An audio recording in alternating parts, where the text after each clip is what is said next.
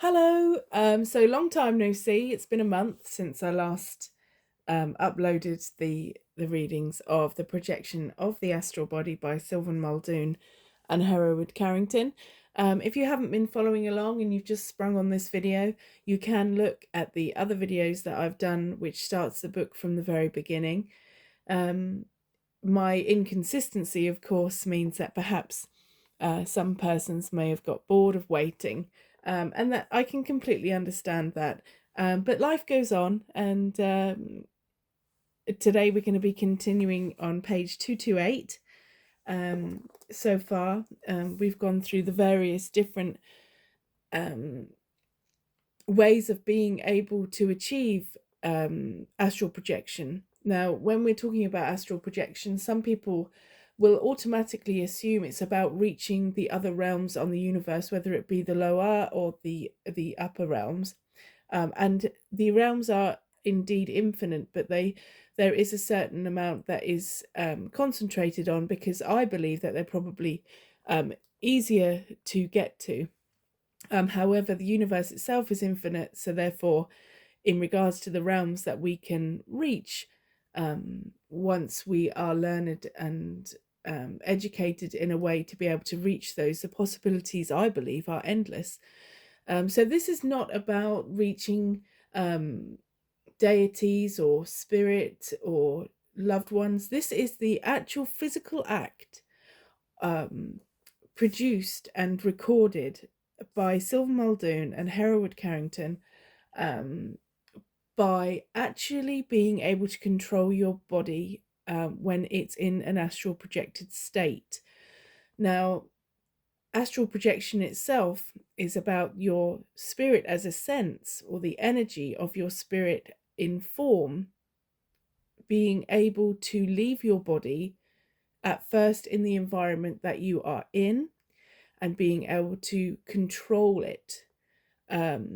Subconsciously, when we're asleep, it's an act that is very, very common, where you are leaving your body. A lot of people are unaware that their spirit leaves their body. A clear sign would be vivid dreams. But this book is all about teaching and learning about controlling that body, being able to put yourself, not forcibly, but putting yourself in a situation in the dream state, in the state of quietude, in order to be able to project your astral body, be aware of the cord that attaches you to the self, and trying to explore how it actually gets to where it's going, and also breaks down the fears and also the fear of the act of astral projection. Now, there's a lot of advice in this book. Is old. This book was this particular. I'll have a look, because it's been quite a while since I looked at the history itself in the comments So this book was first published in 1929. This issue itself is from 1958, and therefore it's been reprinted in various different in different times, right from 1929, and last reprinted in 1965. So there is, you will find that perhaps changes have been made, slight changes. However, the thoughts and feelings in regards to achieving astral projection itself can be a little bit contradictory when it comes to modern science and medicine and mental health. So you have to take that with the book, because this is very much an older way of thinking. There's a lot to do with dehydrating the body. There's a lot to do with states of mental health and whether you should be practicing or taking part in astral projection itself. This is a very good book when it comes to starting off with astral projection, because it covers everything that perhaps you would need to know, as well as the way to achieve astral projection. However, in 2023, we have to take a reminder that medicine and medical warnings have been put in place because research has evolved in regards to certain things. There's a segment in here, if you haven't read the other or listened to the other parts, it states that you should take salt before you go to bed in order to induce the thirst theory, to allow and practice your body going to the sink for water in your astral self. Now, as in 2023, to take spoonfuls of salt is a massive no-no, and I do not recommend it. It's not something that I would recommend at all, because we are now aware so much more of the effects of salt on the body, and the damage it can do to kidneys and so forth. So you have to take your own elements of common sense in this modern day living, of whether it is appropriate to take part in certain elements which can promote astral projection.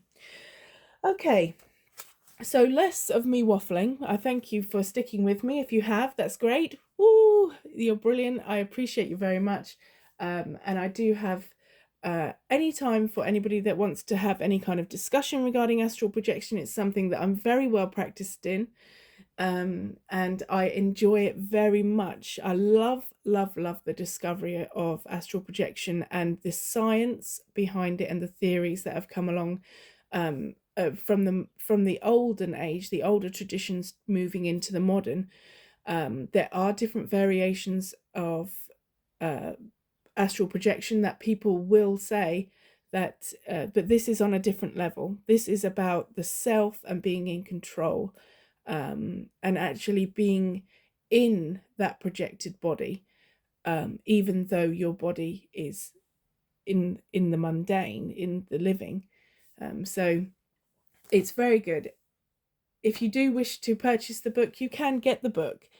The original versions perhaps not so much. However, the more modern day versions, which have been reprinted, you can pick this book up quite easily. But in the Ode to History, I love having one of the originals, one of the early prints, as it were. Okay, so we're going on with page 228, and as I would always say, thank you very much for joining me. I do appreciate you very much.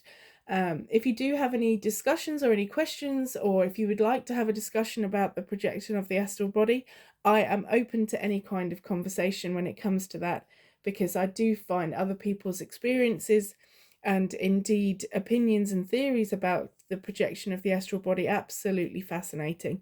There's no wrong answers. Everybody is on their own path, and I appreciate and I encourage that in every sense. Okay, so we're going to start off on page 228. Thank you. Let's get going. Okay. Also, during the day, try to increase the desire for drink by almost drinking, thinking of drinking, gazing into a tumbler of water, etc. just before going to bed. Place a glass of cold water in some place where you are accustomed to getting a drink, say in the sink in the kitchen.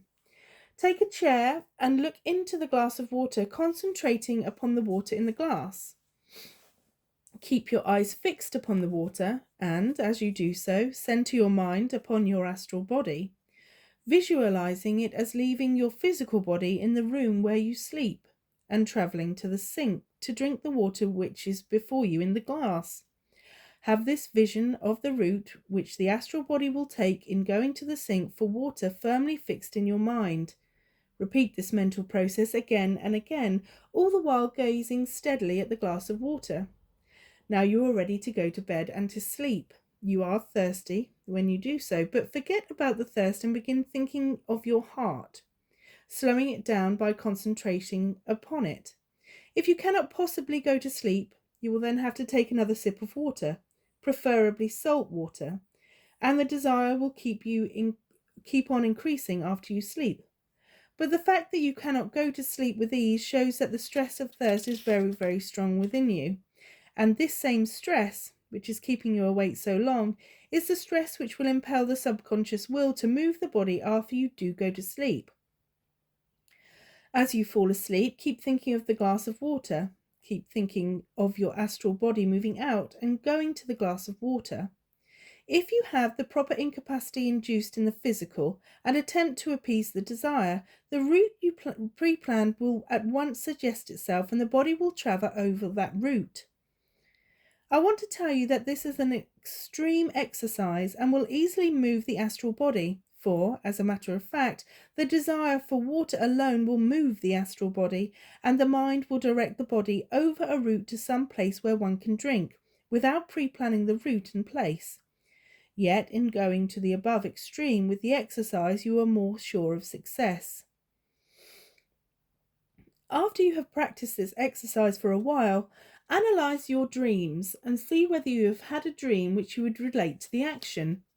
You might even become conscious while projected, but if you do not, then concentrate upon the fact while practicing the exercise that when you go to the glass of water, you will awaken. See yourself becoming conscious just as you touch the glass of water. See yourself then, when you do project and touch the glass, at least the space where the glass is, the suggestion that you become conscious will present itself. You can instigate the desire for food in the same manner and intensify the desire by the same method as you intensified the desire for drink, causing the astral body to move out to appease your hunger. This is not quite so unpleasant as the thirst method. If you are a very hearty eater, this method will succeed. But on the other hand, if you are one of those who find little concern in eating, the stress created by the fast will not possess your mind so completely.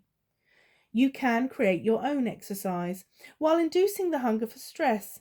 For if you do not understand the principles involved in the projection of the astral body, by this time you are not yet ready to project. In speaking of development in his book devoted to yoga, Carrington says, "The first step is abstinence from stimulating foods and drinks. The pituitary body and the pineal gland are said to be stimulated excessively by these things, which affect the bloodstream in the brain. This is one thing, too, which you must always keep in mind when attempting to develop astral projection. For stimulating drinks and foods work against incapacity of the physical body. Mention was made before of the fact that certain foods are said to affect the astral body, and you will recall that some investigators have claimed that one diet has a loosening effect upon the astral body, while another has a binding effect. Be that as it may, I believe I have tried more diets than anyone in the world, for the purpose of loosening the astral counterpart, that even if certain foods do tend to loosen the astral body, the effect is too insignificant for consideration.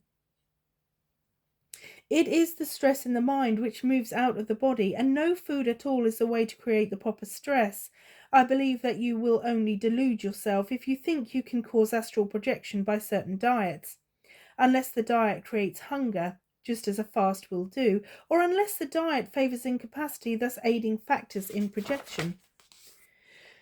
When experimenting with the thirst stress, I had the following experience.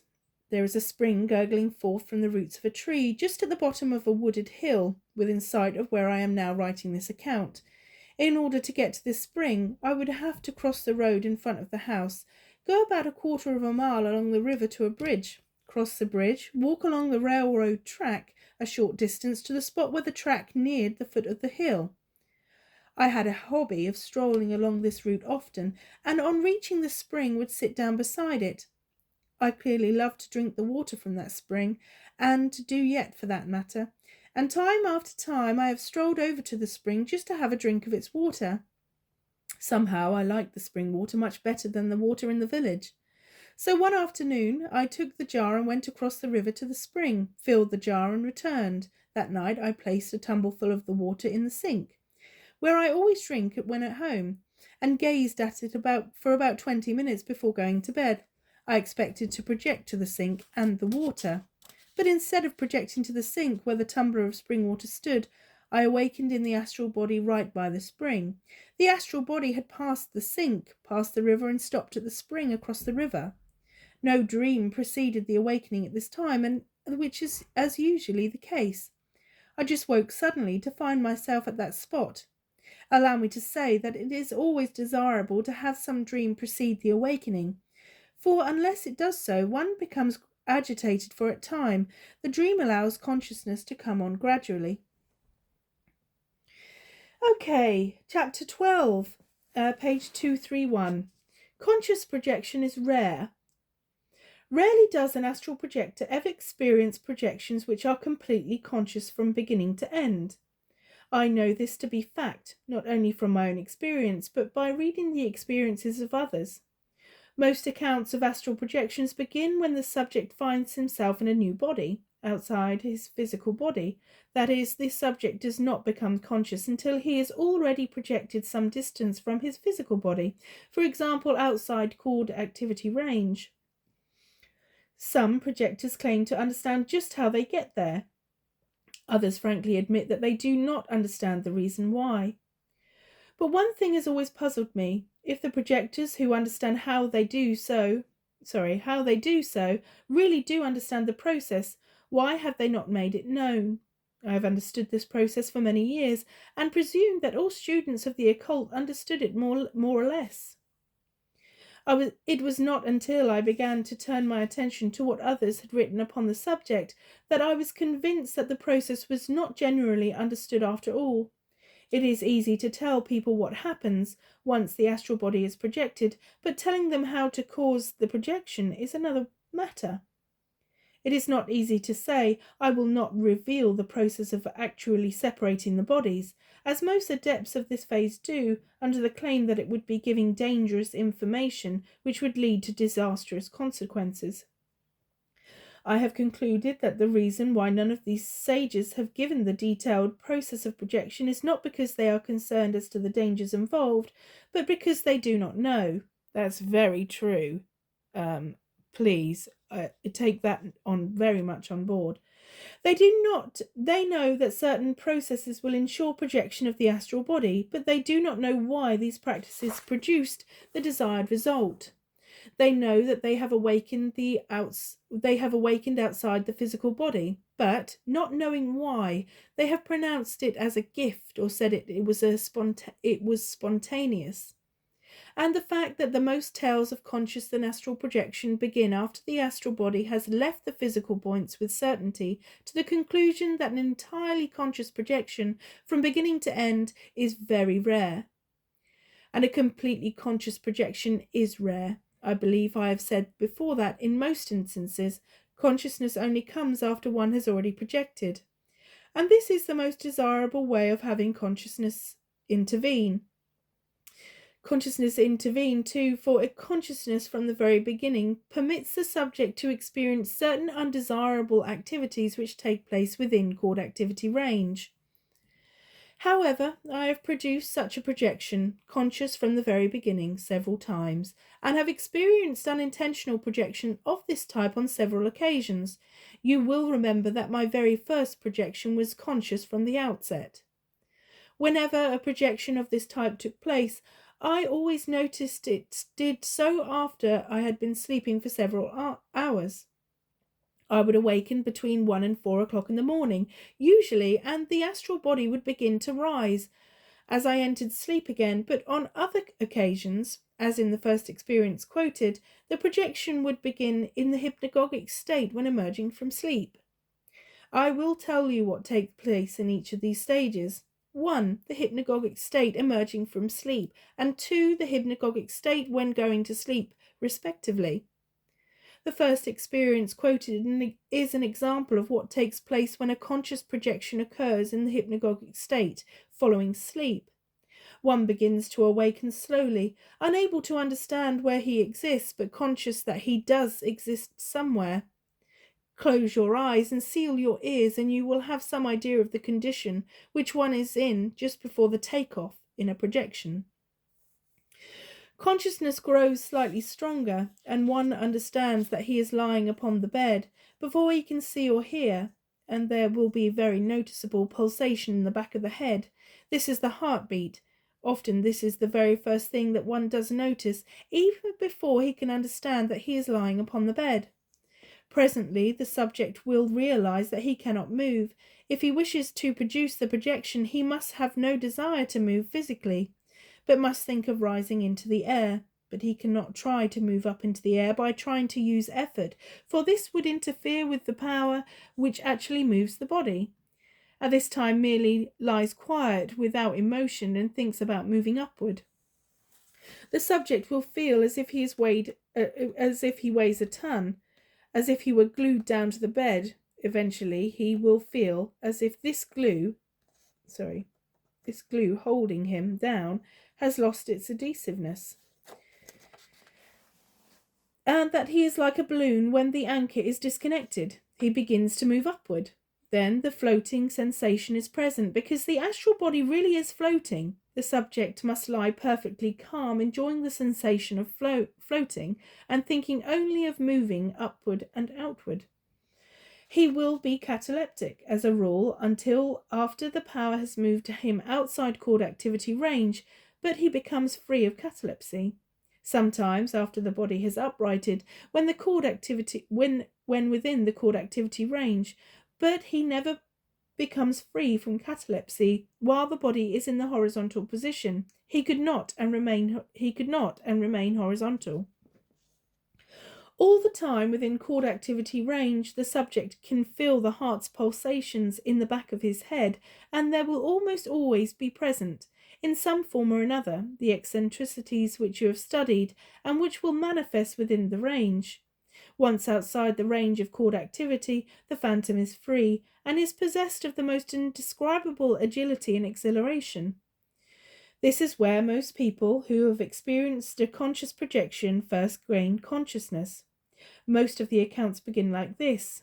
Once more I found myself outside my body, possessed of a freedom which I could never describe. Is not this the most desirable place to which to become conscious? It certainly is. There is nothing undesirable in astral projection, when one can awaken with such an enlivened feeling and be perfectly free.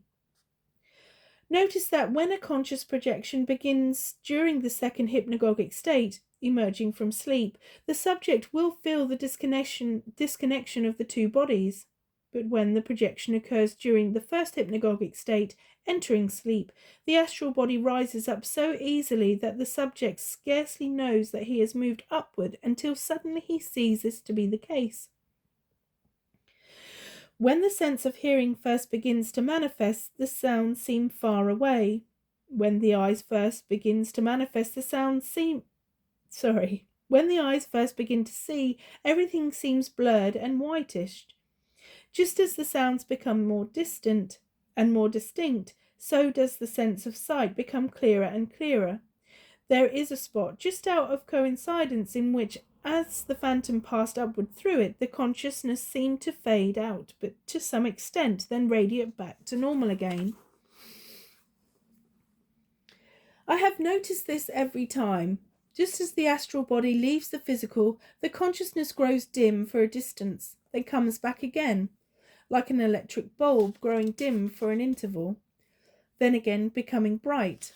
This spot is the place where it is most difficult to hold consciousness, and remember, it is very close to coincidence. It is in the zone of quietude. Producing an entirely conscious projection of the astral body is very delicate and difficult, and usually one attempts will be unsuccessful unless his physical body is in the profound state of incapacity and his emotions are absolutely calm. No subconscious stress is necessary. In such a case as the subconscious will takes the suggestion of moving upward directly from the conscious mind.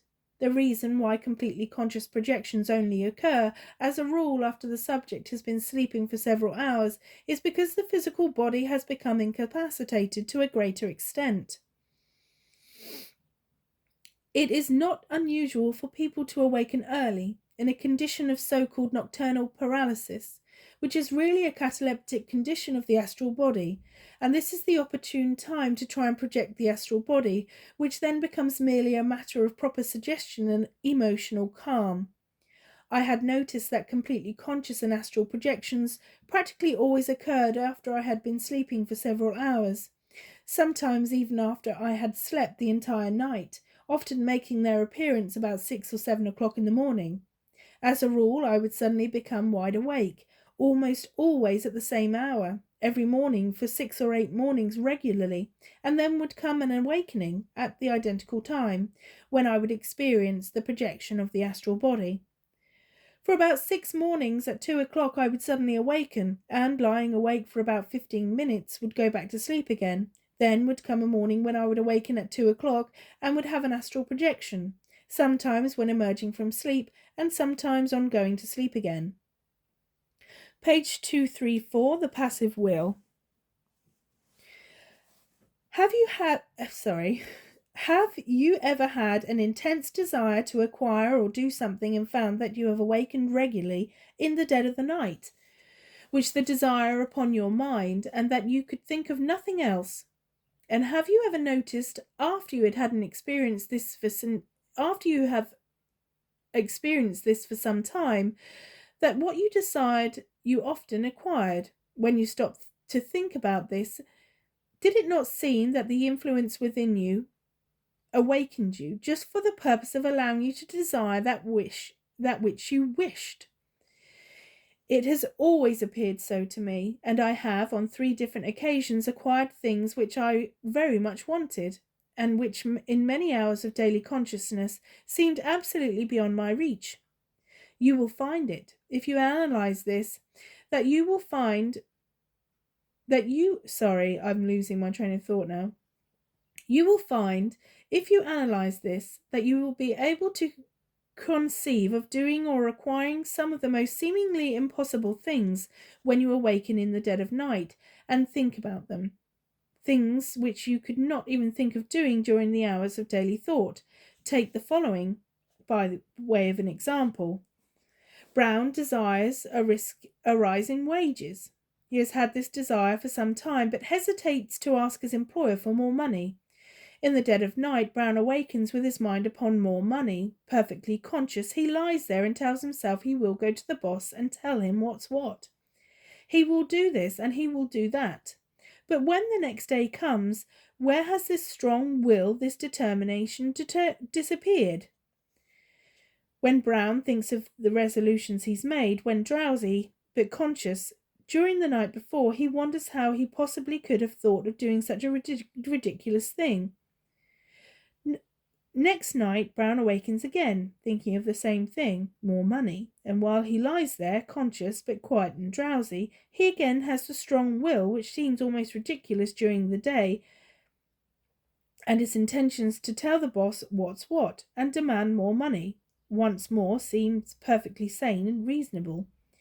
All of us have experienced this. We have thought up things, planned to do things, determined to acquire something while awake in the dead of night, and on the morrow have looked back upon those resolutions as almost the extreme, almost fantastic, almost carrying will too far. If we had the nerve in reality which we had in our nightly imagination, conscious imagination, wouldn't we be brave indeed? You have learned that will is putting into action, making ourselves do something mentally, centering our attention upon one thing until it crowds all other impressions into the background. There is a passive will and there is an active will, we will say. Okay, I will finish there on page 235, and I will hopefully upload some more tomorrow. We're way over halfway of the book now, so I am going to follow with the Sacred Mushroom and the Cross. I'm just trying to get through this book first, so if you are hanging on for the Sacred Mushroom and the Cross, I am going to get there, but thank you very much for sticking with me. I do appreciate you. I wish you well, and I hope you have a wonderful day. So we're finishing on page 237, The Projection of the Astral Body by Sylvan Muldoon and Hereward Carrington. I appreciate you, much love, and I send well wishes from here in Wiltshire. Thank you. Bye-bye.